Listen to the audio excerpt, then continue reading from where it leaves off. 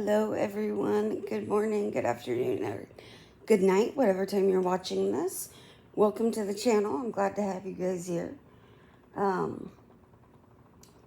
So we're going to cover a couple things in this video. One, why I haven't uploaded, and because it's been a while since my last video, and I truly am sorry for that. I'm really trying to get into a flow of doing regular videos. It's just life keeps popping up on me. So if you see me turning, it's because I kind of wrote out a little script on my laptop to go through like everything I wanted to cover. So we'll be talking about why I haven't posted in a while, how I kind of fell off even my regular schedule and trying to get back onto it, and getting myself in order with that before coming back to YouTube. And I'll give, a little health update at the end and such. So let's continue. Why I haven't uploaded. Well, part of the reason is I was working on something, and then I went to go open my YouTube one day, and it said,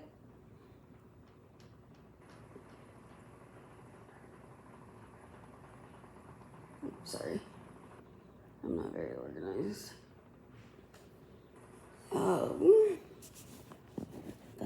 Sorry. You think I'd be more organized because I just talked about how part of what's been keeping me away is being unorganized, but welcome to my life. Oh, I guess it did not download the way I wanted it to. Oh, here it is. So part of the reason why I didn't post is because as I was working on getting the script together with the next update of my cancer journey, I had trouble accessing YouTube in general, and I kept getting this notification of some sort of report, and it took me to my email, and I got this email right here. I'll read it to you.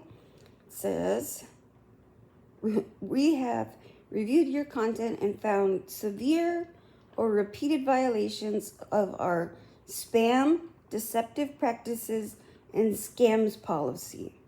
Because of this, we have removed your channel from YouTube. And then it goes into talking about like getting your channel back and stuff. And I'm like, what?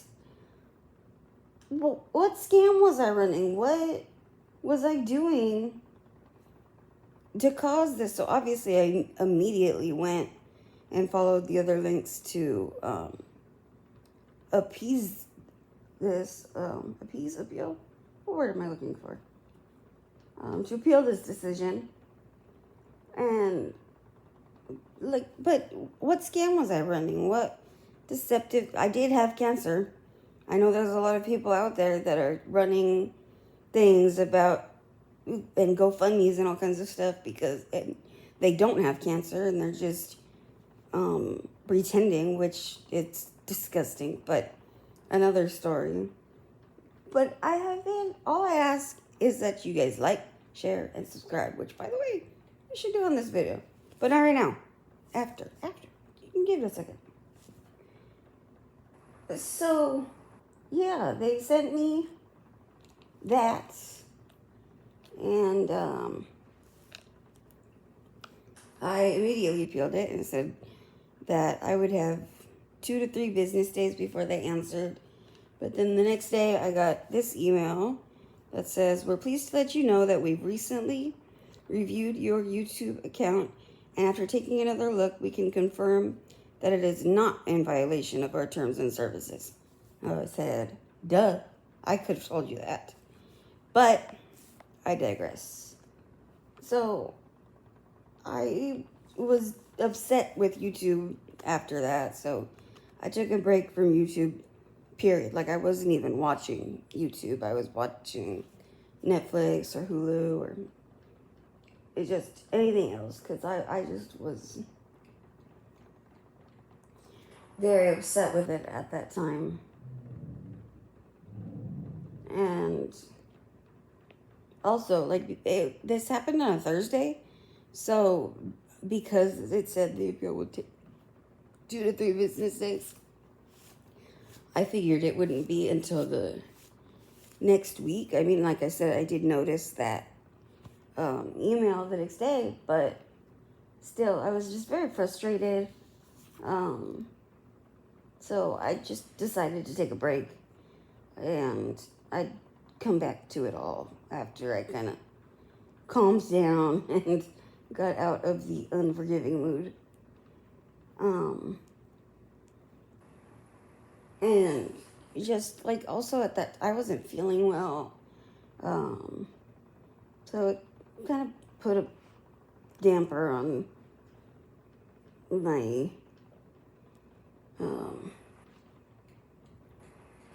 wanting to put anything out, really, or to work on anything, or to do all of this. And then as I came back and I started to research the next part of my cancer journey, making sure I had all the facts right, and statistics, facts, sort of thing, like, oh, 1 in 300 people get this, and all of that. And then guess what happened?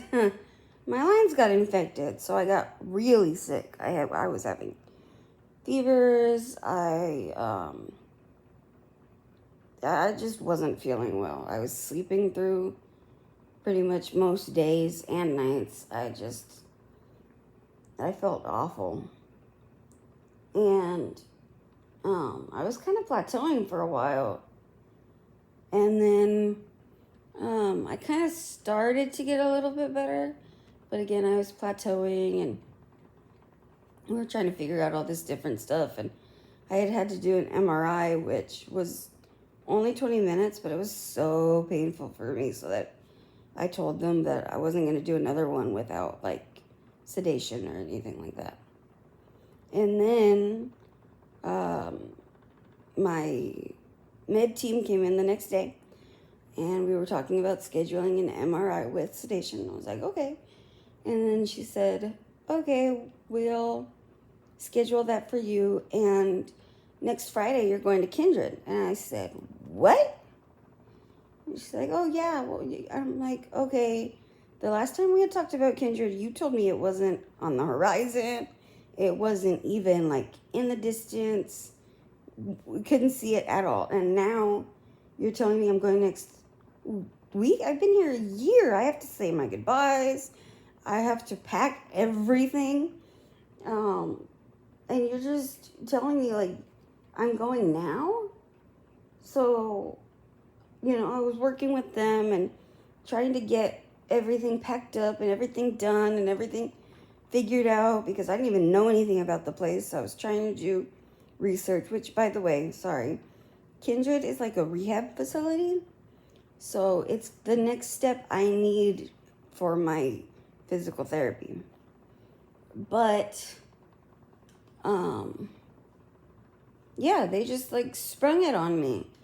And so, obviously, I didn't have time to work on a video then. And, there was just a lot going on. And then the day came to go. Like, it was just, like, my mom rushed here to pick everything up. She didn't have anybody with her. I was stressing out. Like, the people who were helping me pack were stressing out. And then the day came, and they were like, well, we were going to take you, but something's up with the insurance. I was like, okay. And so I waited through Saturday and Sunday. And then Monday came, and So my nurses were like, well, we love you, but you're still here. Why are you still here? And I'm like, I know. I thought I wouldn't be here either. And then we waited. And then there was another phone call. And the Kindred had said, okay, we'll take her, but we have to take her into ICU because I was on a pain pump. And because of that pain pump, that's what was causing delays. And they're like, okay, we'll take her, but we have to take her into ICU. And they were like, okay, we'll do that. And they said, okay, we're going to send you like this. And we're going to go. And I said, okay. And at this point, my mom had all my stuff because she had the boxes that needed to go home. And then we had set aside separate things that she would have to take to Kindred for me because, again, been here a year, not all that stuff is going to fit in the ambulance. So I just had 2 suitcases with my necessities and, of course, my Bible and my devotion. But I didn't have anything else. I was stretching out this tiny book because it was the only one I had. I didn't have any of my activities, any of my stuff that keeps me busy. So for a couple of days, I was just laying here, like, twiddling my thumbs. What do I do now? What can I do to... So it's like... What? And then my infection got worse. So in a way, it's good that I didn't go to Kindred because they said, like, if there was ever anything that happens with my health like that and stuff, they were just going to send me back. So I'm still here. If anyone wants to visit, and I'll be here for a little while longer. I'm not sure how much longer because we are working on getting to those oral meds, but as of the near future, hit me up. I'll let you know. Oh, it was just a mess. But then, yeah, the infection got worse, and they had to pull out both my catheter and my Hickman and put IVs in, which was not fun. And so the next day I spent the day in pain because I couldn't press the pain pump because when I did, I have really weak veins. So those IVs were barely hanging on as it was. And when I did push the pain pump, it felt like it was going to pop the vein. And that's the last thing I needed. So I had that where they took the lines out. And then we did what they call a line break. So you go 2 days like before they put new ones in. And so it was a line break and a dialysis break for me, which sounds like it should have been a great thing, but my body really needs that dialysis. So I was really not feeling well. And then the time came to put them back in. So I went down to the surgery and we were getting all prepped and they got me on the surgery table and I'm looking up at the light and they start like the countdown and they're going and they start pushing and I can feel it in my veins because I can feel it burning. And I close my eyes and the anesthesiologist, Dr. Ram, she said, "Are you getting tired? Are you getting sleepy?" And I opened my eyes looking at the light. No. And she goes, "Okay, I'll push some more." And I can feel it burning in my veins. "Okay, are you getting sleepy? Are you getting drowsy?" No.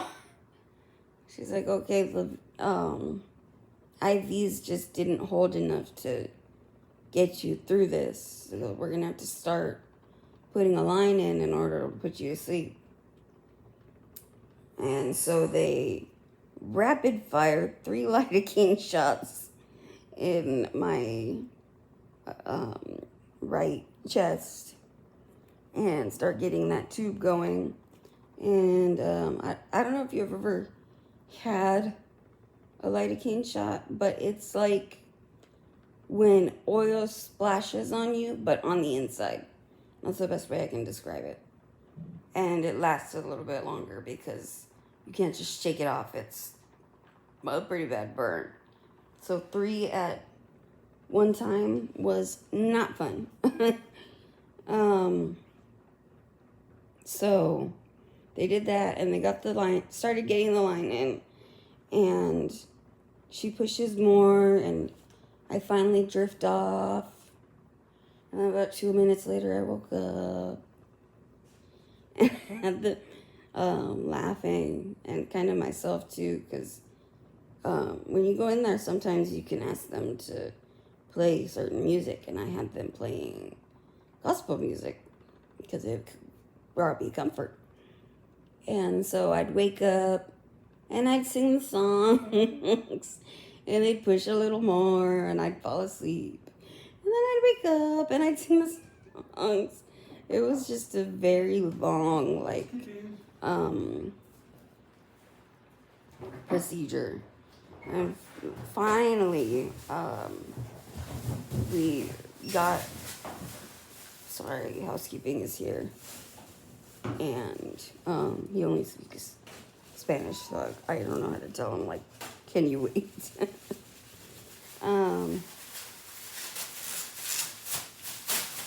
So yeah, that was not so fun. Sorry if that's loud. I'm sorry, guys. I don't want to just sit and not say anything loud either. That's worse. So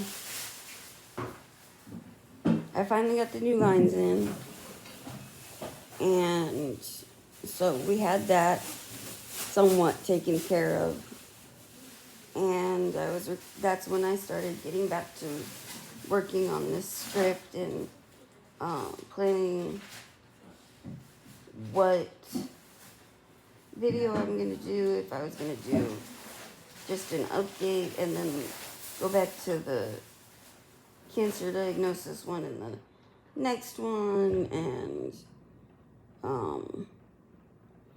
stuff like that. And I think that is what I'm gonna do. I'm just gonna go back to the cancer timeline in the next one. Again, I'm sorry guys that about the noise and stuff. I can't prevent everyone from coming in when I do these. So yeah, luckily my mom was able to come back and bring me some of my stuff, so I'm not so bored anymore. And I've decorated my room for Christmas. I would show you, but there's some things that I want my family members to be surprised by when they come. So I think I'll film it like once it's completely done and after they've seen the little surprises, which shouldn't be long, but I'll probably post that on Instagram. So, and yeah, I got the lines in, but then they found another infection. Don't freak out. It's not what you think it is, but they did find a lump under my right breast. And at first we could not tell what it was because it was so small, which was a good thing because it meant it wasn't growing or anything, but it was also a bad thing because it meant we couldn't figure out what it was. So we were doing MRIs and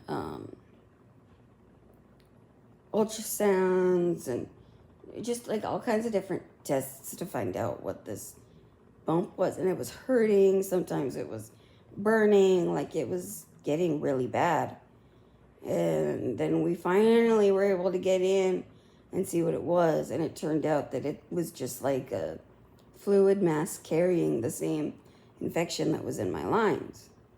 And so now we had two options. We could leave it and see if it goes away on its own, or we could go in there and try to see how much we can suck out and do it. And as much as I wanted to leave it there, with the way they were putting it in the medical terms they used, it just didn't sound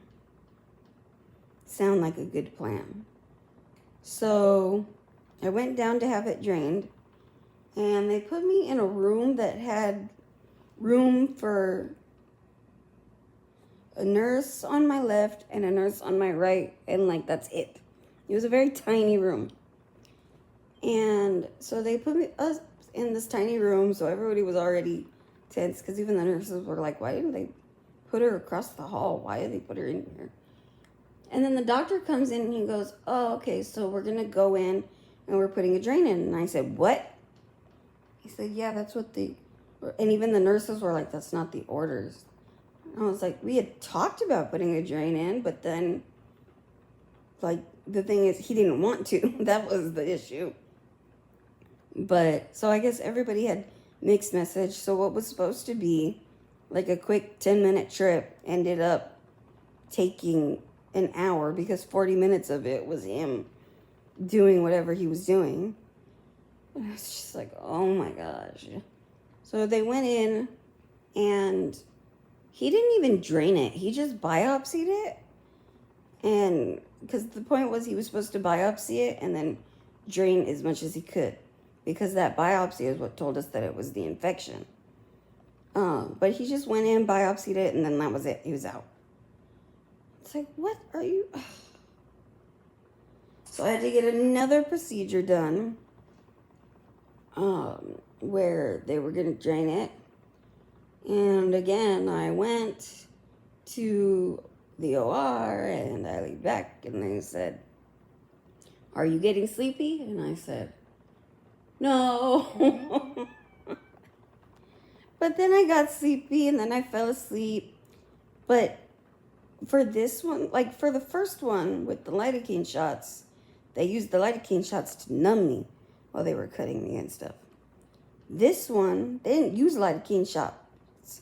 So every time I woke up, I could feel like the scalpel cutting my skin, and the way they were trying to drain the fluids and stuff like that. And it was just awful. Yep.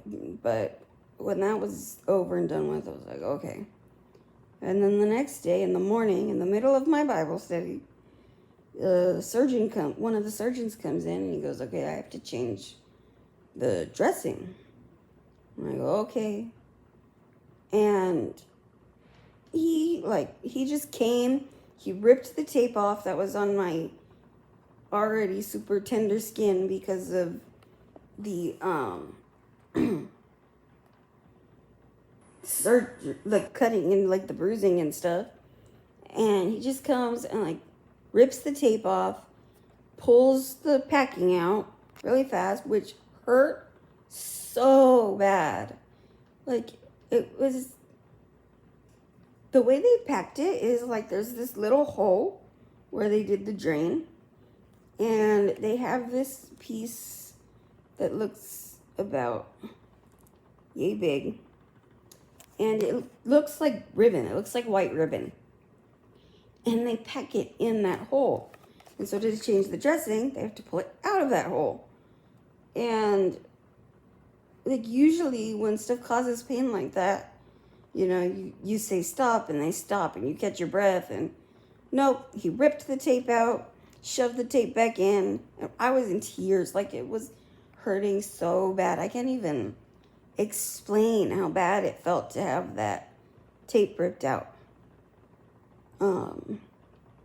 And so there was that. And the next day they came, because at first it was supposed to get changed every day. But luckily my nurse was more patient with me, and even though it still hurt a lot, it was a lot better, because like she would pause when I needed her to. She would remind me to keep breathing. She would, you know, it was going a lot more smoothly. And then I guess it was doing really well, because the next day, same nurse, she was able to just pull the packing out and just cover it, like, for now as the circle here, so we don't have to change it every day anymore. We just have to keep an eye on it to see like if there's any discharge or anything like that.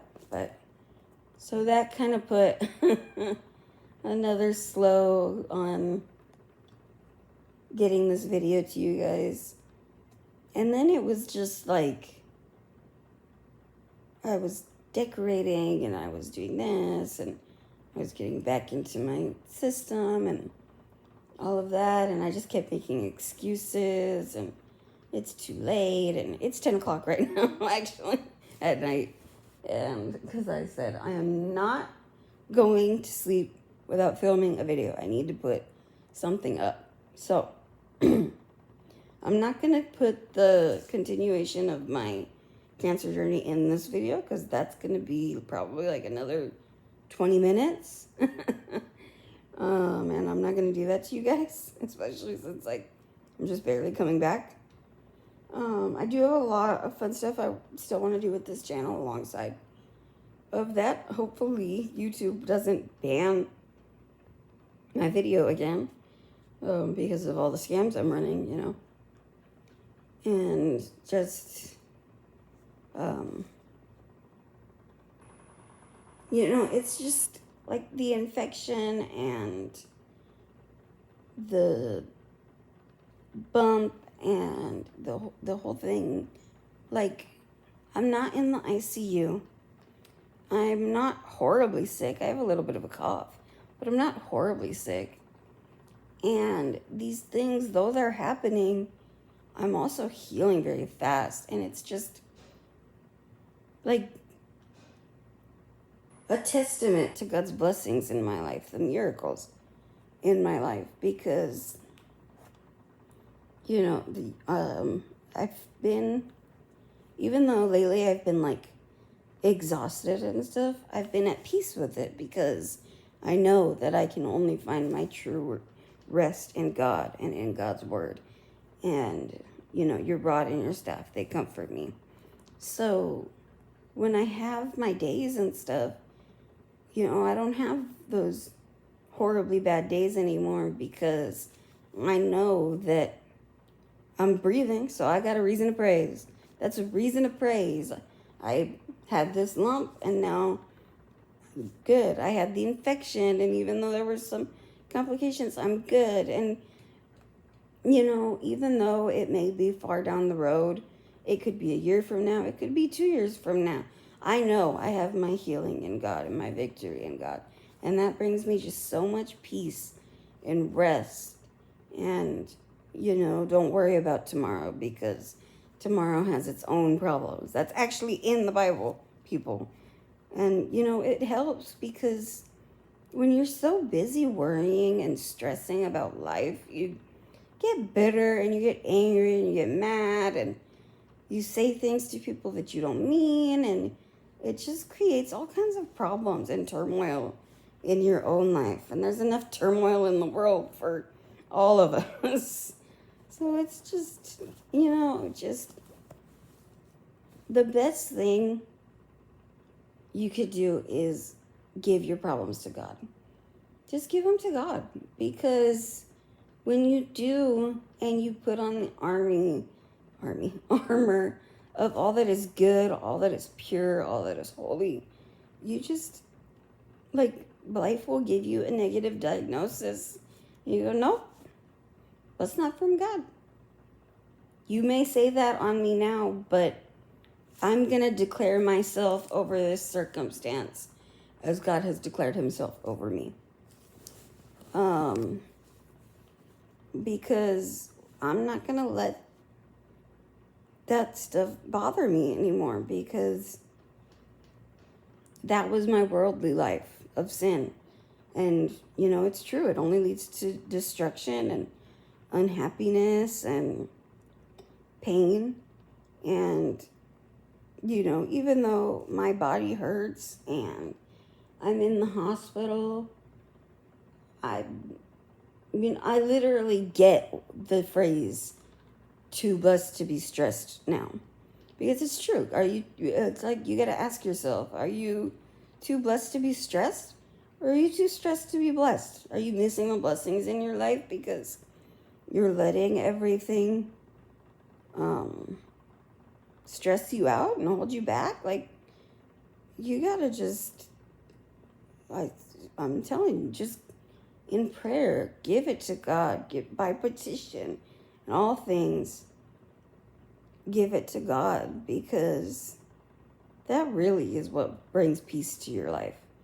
Because, like, He's a loving God, He's a forgiving God, He's the God of promises. And it's just like, no matter what you've done or where you are in life, you can always turn to Him and just find a space in His arms that He'll hold you and He'll carry you through. You gotta walk on water. So, I'd just like to pray this little prayer real quick before we wrap up. I thank you, Lord, that as your word is declared today, healing is coming to my body, to my heart, and to my family. I am free from fear, addictions, and poverty. Your peace, joy, and love are flooding my soul. I am blessed. I am highly favored.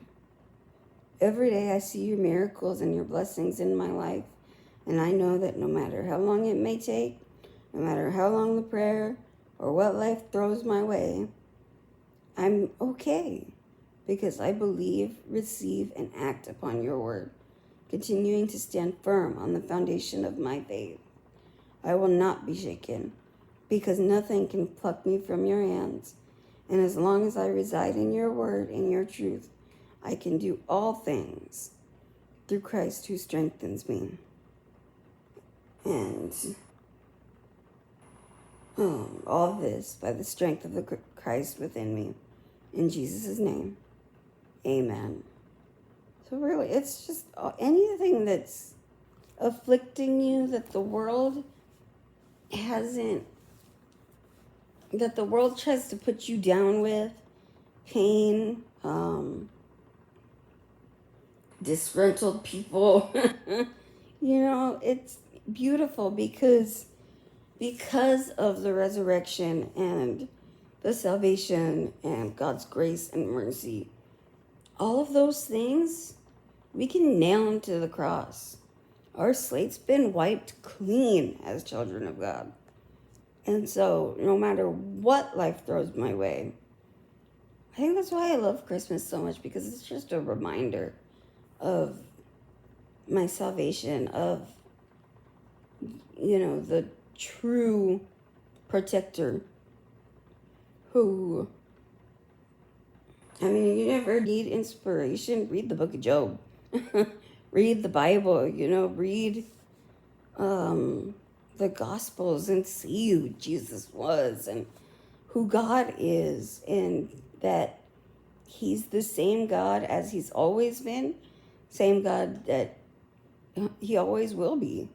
It's all He's done, all He's doing, and all that He will continue to do in our lives. Because if we're honest with ourselves and take a look at the Bible and the principles and His purpose for us, He knows better for us than we do. All of His things, it's just to keep His children safe. He loves with a love so insurmountable we can't even imagine it. And it's just, I'm telling you, your afflictions and anything that the world puts on you, just pray to God and say, Lord, thank you for the cross and the resurrection and allowing me to nail all of my own afflictions to that very same cross. I take off all of my anxieties, all of my worries, my pains, the things where life wants to limit me. I nail those to the cross. And I put on the armor of all that is good and pure. and lovely. And there's so many Bible verses that comfort me to read them. And I mean, even just the book of Ruth, or not Ruth. It's just like, even just the short stories, James 1 tells us, count it all joy, because when you're able to make it through these trials and stuff, it's not God beating you down. It's God showing you that you're strong enough. And he's building you up to fight even heavier battles, because when Moses had his arms lifted up, they were winning. And as soon as he put them down, that's when they'd lose. When they made a great shout, that's when Jericho's walls fell down. It's just, you just have to trust and have faith. And, the more and more I read God's word, the more joy I find in my life. Because where I used to sit there thinking, woe is me, oh, I have this, why do I have this? Why does this keep happening to me? Now it's more like, yeah, this is happening, but God's going to get me through, just like he did before. He's always going to get me through. So, in lieu of everything that I've said, and the many camera angle shifts, and the fact that it's now like 11 o'clock at night, I'm going to wrap up. And man, I thought I was going to spare you guys those extra 20 minutes, and then I took them anyways. So,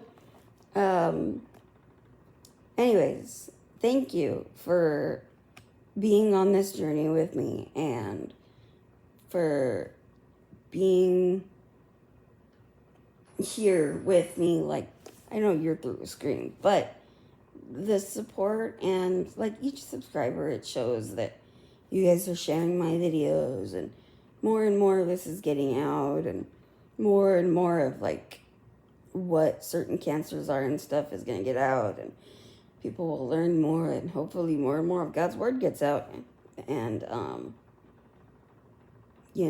I just hope that all of you have a blessed weekend. And Christmas is about 6 days. I will try to have another video up by then, but I make no promises.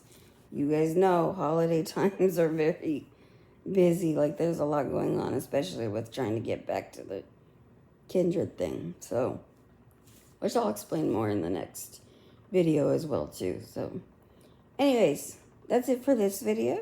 Thank you for sticking around. Now you can go like, subscribe, and share this video. And I will see you guys in the next video. Bye.